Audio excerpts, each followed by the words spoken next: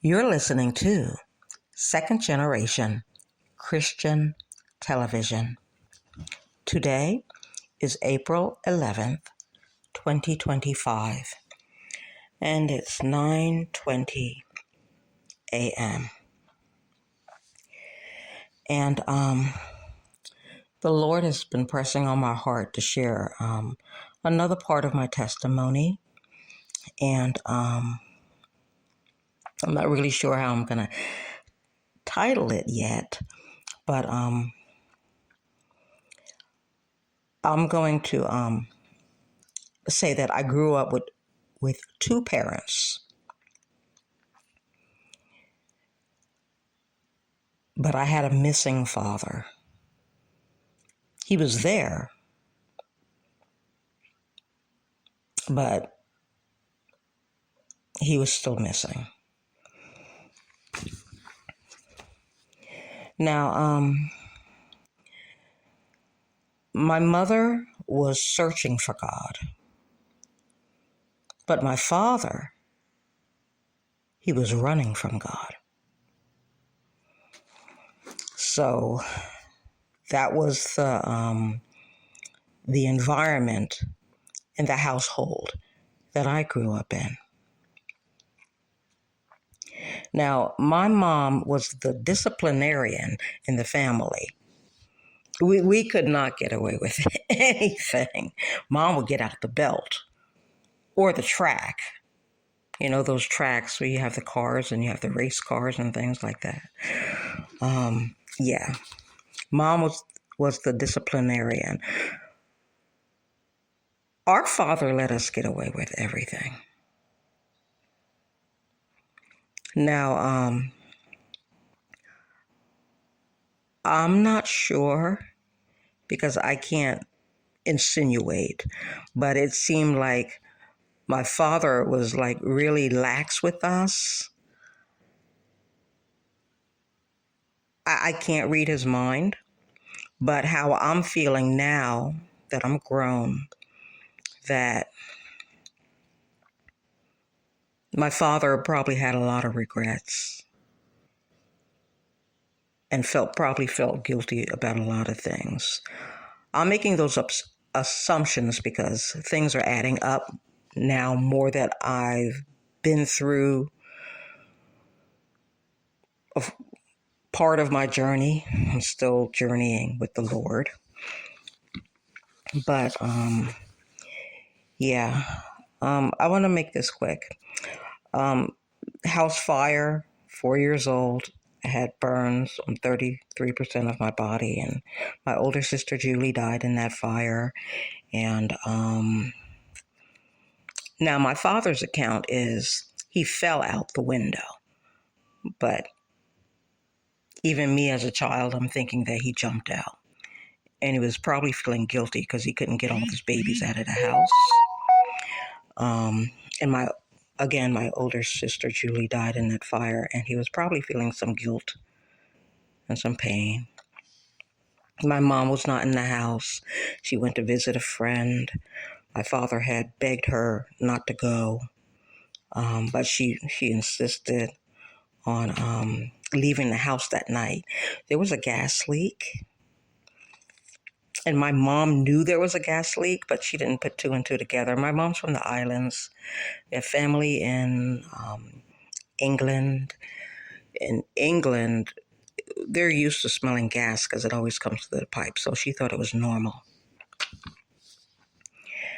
I'm going to save the other part of my testimony for another time because God's really placing on my heart to really talk about my father and his negative influence on my life. My father was very dishonest in business.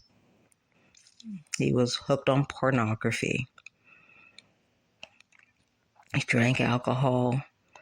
I remember one incident that when we were going to the movie theaters, this is when the movie theaters were outdoors, and you had the big screen, and then you had that box with the sound that comes out muffled. It was that kind of thing. And since there was 6 of us, one of us died in the fire, then it was 5, and then my mom had another child, my youngest brother. So we were back to 6. And Daddy used to hide us in the back of the car, the station wagon with the wood board sides. Remember those? That's way back in the 70s. He used to hide us under a blanket because you had to pay by head count when you go into the drive-in movie theater. And he used to hide us under the blanket, to just put us under the blanket. And that didn't sit right with me. Even as a child, I felt like a tinge of guilt. But that's what Daddy does. And I remember we went to a convenience store and I was there with my dad. And my father always buys us candy. So I don't know why I'm with my father that day and he's up to the counter buying something and I steal a pack of gum. I don't know why I did it. He's right there. I know he would buy it for me, but I just stole it. And I felt guilty for years because of that. But that's kind of like the influence that I had, just things like that. And my father was into pornography. I actually went to the basement because I used to love to play in the basement because my father, he started at the railroad. Then he went into carpentry. So I used to love to go and smell the sawdust because he had his saw and his hammers and his levels and things in there. But I found these milk crates filled with magazines, and some of them had brown paper on them, and it was covering them. And I looked in there, you know, and I found a Playboy magazine. Now, mind you, I have scars on my body. I'm a little child. My mom used to take me back and forth to the hospital, like for 7 years, back and forth to Shriners Burn Hospital and getting my skin graftings and all those things. So I already had a poor self-image. My body, it's like I woke up in a body that was not mine. And I remember as a child, I used to cry to God. It's like, this is not my body. I woke up in another body. This is not my body. So I already had self-image problems. So when I found the pornography and I saw these women in these on these pages, me as a child, I'm just like saying their skin is so beautiful and mine's is not. But then they were in these sexual poses. And so I felt dirty also because there was a sexual thing there. And I remember the first time that I saw that in the spiritual realm, and I was so sensitive. I'm still sensitive today. I felt somebody put this dirty coat on me. It was a dirty coat of shame. It was a dirty coat of just perversion. It was a dirty coat, and I could not shake it off. And so I got hooked on pornography, and that led to masturbation. And my father, he built a bar, because now he's a carpenter, downstairs in our basement. He built a bar. So he had all these, he would buy all these wine bottles and put them up in there and everything. He had Jack Daniels and things like that. My father would let me sip on his wine. And even when he was sitting in his chair with a beer can in his hand watching TV all night long, he would let me sit on his lap and I would sip his beer. He would let me. So, long story short, my father was really like a bad influence on us. My mom, her father was a pastor in the islands. And so when she came to America, she just wanted to find somebody who was having Bible study. She just wanted to have Bible study with somebody. So it was like she got involved with the Jehovah's Witnesses. because they have Bible study all the time. Okay. So she started having Bible study with them. And then she started dressing us up and taking us to Kingdom Hall. And even with that, going back and forth to the Kingdom Hall and things like that, they always spoke about the 144,000. And they said that they were the 144,000. And they spoke about paradise and this new earth coming and all those things. They never, as a child, I never remember them ever speaking about the sin problem. Or the Father, the Son, and the Holy Ghost. They never spoke about that. They never spoke about Jesus. It's about they just the chosen ones. And there's going to be a new earth and a paradise, and everybody else is lost. In that environment, my mom was so into searching and wanting that fellowship and Bible study that she even volunteered us for them to come have Bible study at our house. So we were having once a week. My mom would make us wax the floor in the basement, wax, and we have Bible study down there. They would come, and that was it. My mom was like that Christian figure, I guess, for me, an influence, but she was like to the extreme that way. But there was still some conflict there. And then my father is like actively just running from God. So there was just those two. My father used to go to Kingdom Hall, and then he stopped going. And then later on, after a while, he just started going to a regular Christian church. But before that, it was Kingdom Hall. And we went to the conventions and all those things. Yeah, I went off on a tangent on that, but I have to lay the groundwork so you can understand the tension between the parents. The kids caught in the middle. My mom trying to pull us to one way, and our father just naturally pulling us another way. I was so attached to my father where even if he would go to work, I would hang on his legs. He'd have to drag me to the door, crying, because I don't want him to go to work. I don't want him to leave me. And that happened so many times. I would just be hanging on his leg when he's going. And sometimes he has to try to sneak out. And I catch him by the leg. And he's trying to walk and he's dragging me. He's trying to walk, try to get to the door. You got to go to work. You got to go to work. I didn't want him to go. I didn't want him to leave me. Even as a child, I'm like saying, what is that? Because that's such an unhealthy attachment. And my brother was like that too, my youngest brother. I mean, my father would have to wait for him to get into the shower. And then my father would actually try to leave to work while my brother's in the shower. And I remember that one day my brother ran out the shower and he ran down the street naked, trying to chase daddy in his work van. Dysfunctional. So anyway, I actually kept having a reoccurring dream. And in this reoccurring dream, it was nighttime. I was at the old house that we grew up in. And I remember I was running and crying and I was scared. I was running away from the house. But not just running away from the house.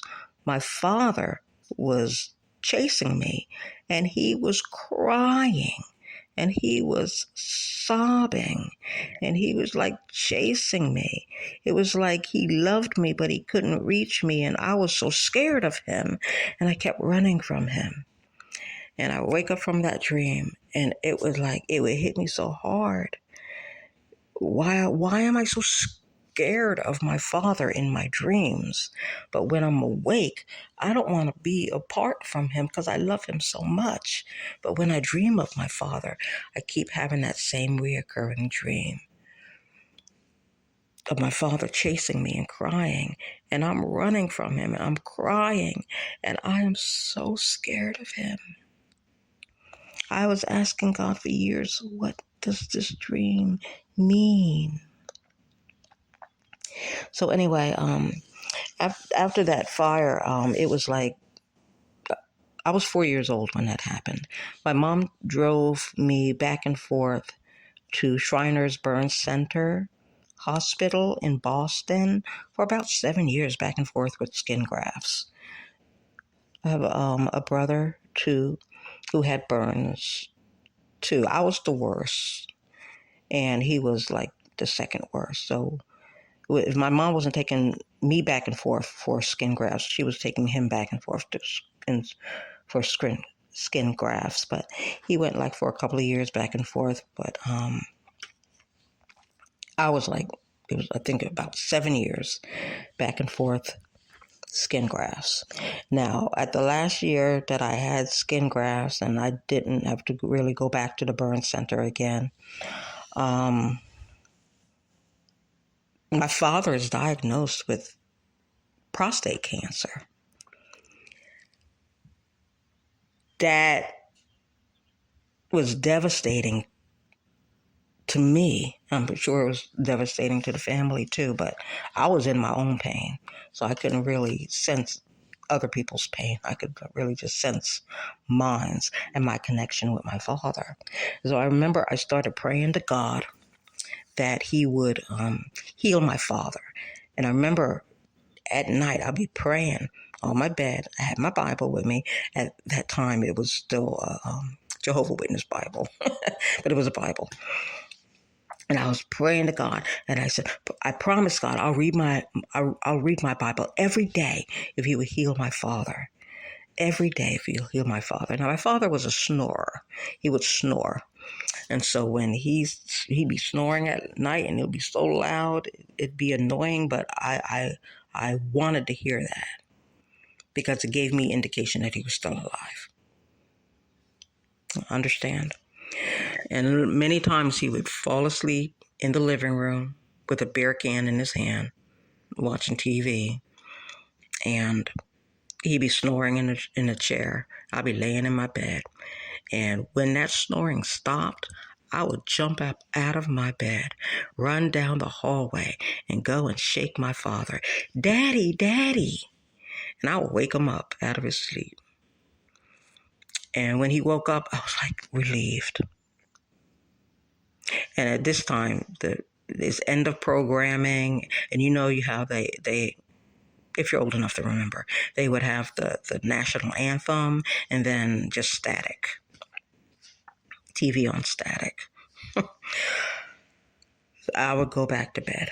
And that would be happening for years.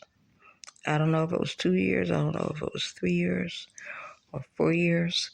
But I remember the last, during that time, actually, when my father was in the hospital and things, and my mom was going through so much, she would actually have us stay over her friend's house, and we called her Miss Mary. And I remember even before that, my father would give his war stories to my mom, that being black in the military, how the black soldiers, my father was in the Army, how they died from friendly fire.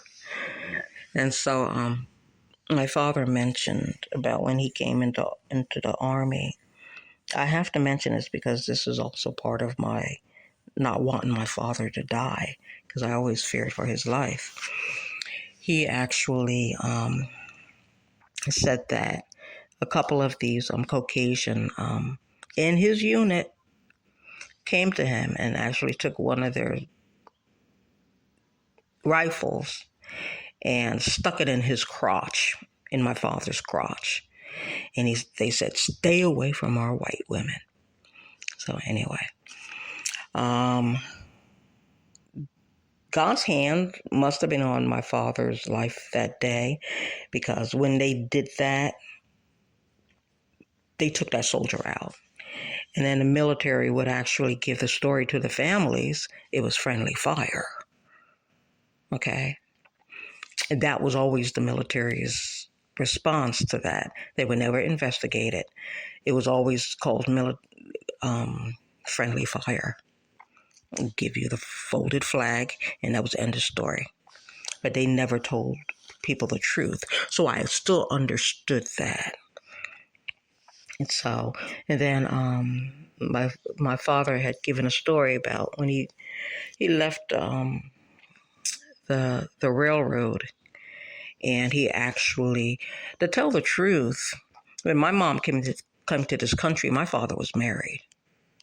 Okay, this is another part that, you know, a bad influence.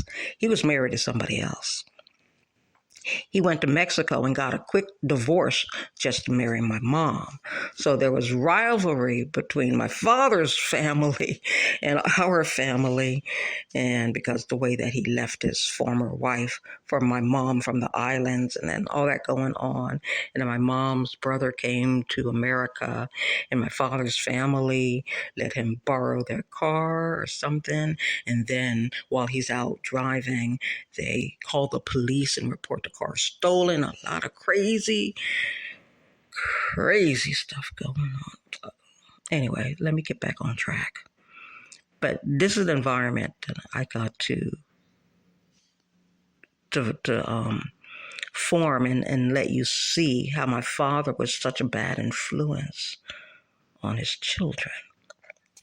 Because it'll help you understand why God allows certain things.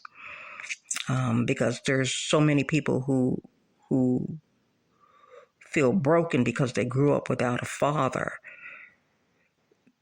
There's times you don't know why God has to remove a person from your life, because it's a toxic relationship, even if it's a parent, for our own good. So anyway, my father was doing carpentry.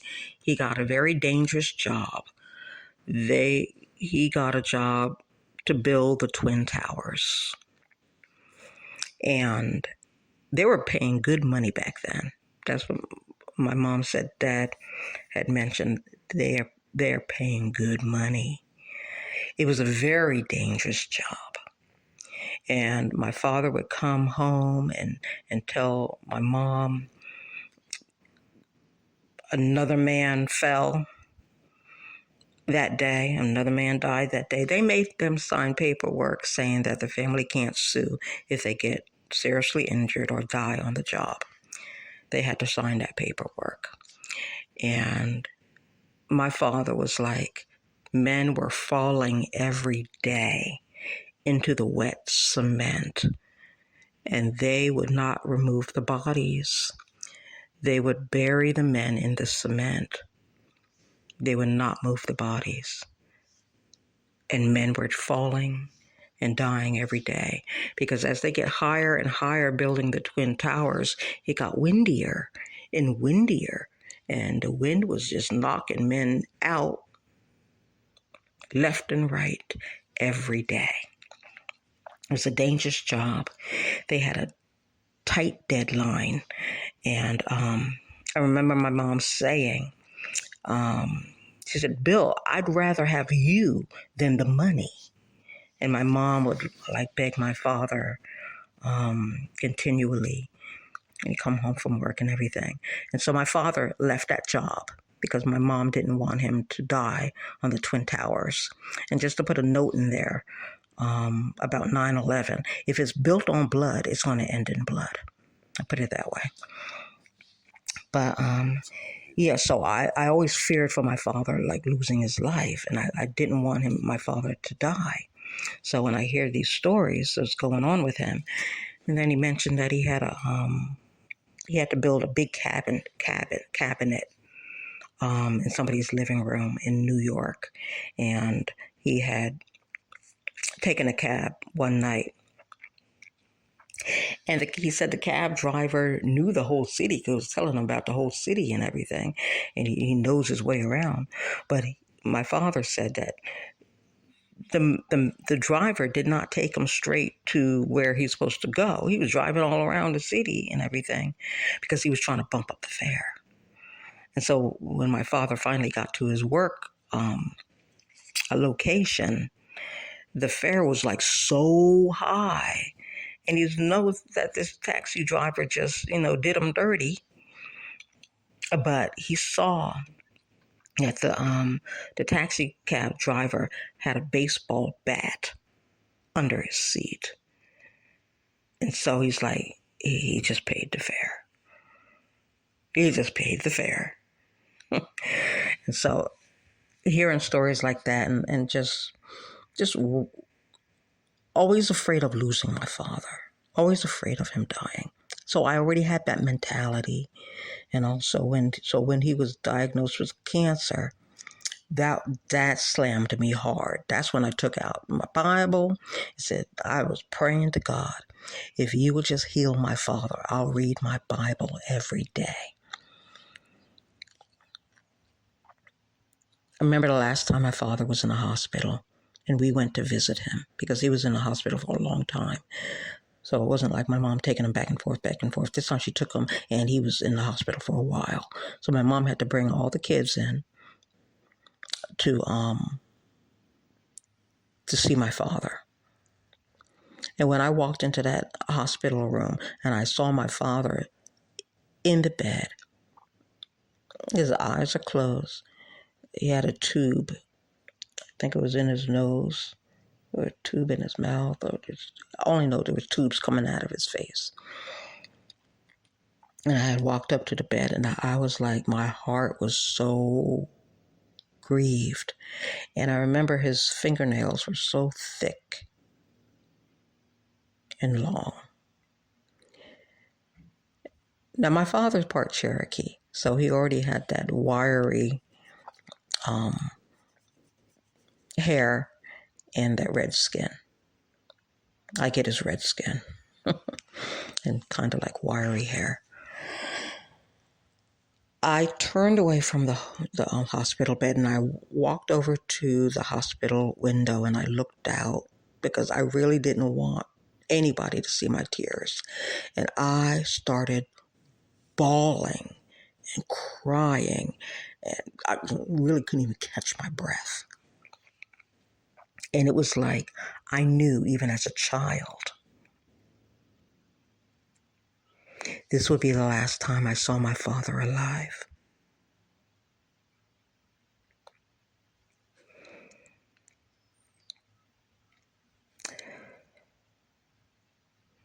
There will be a part 2.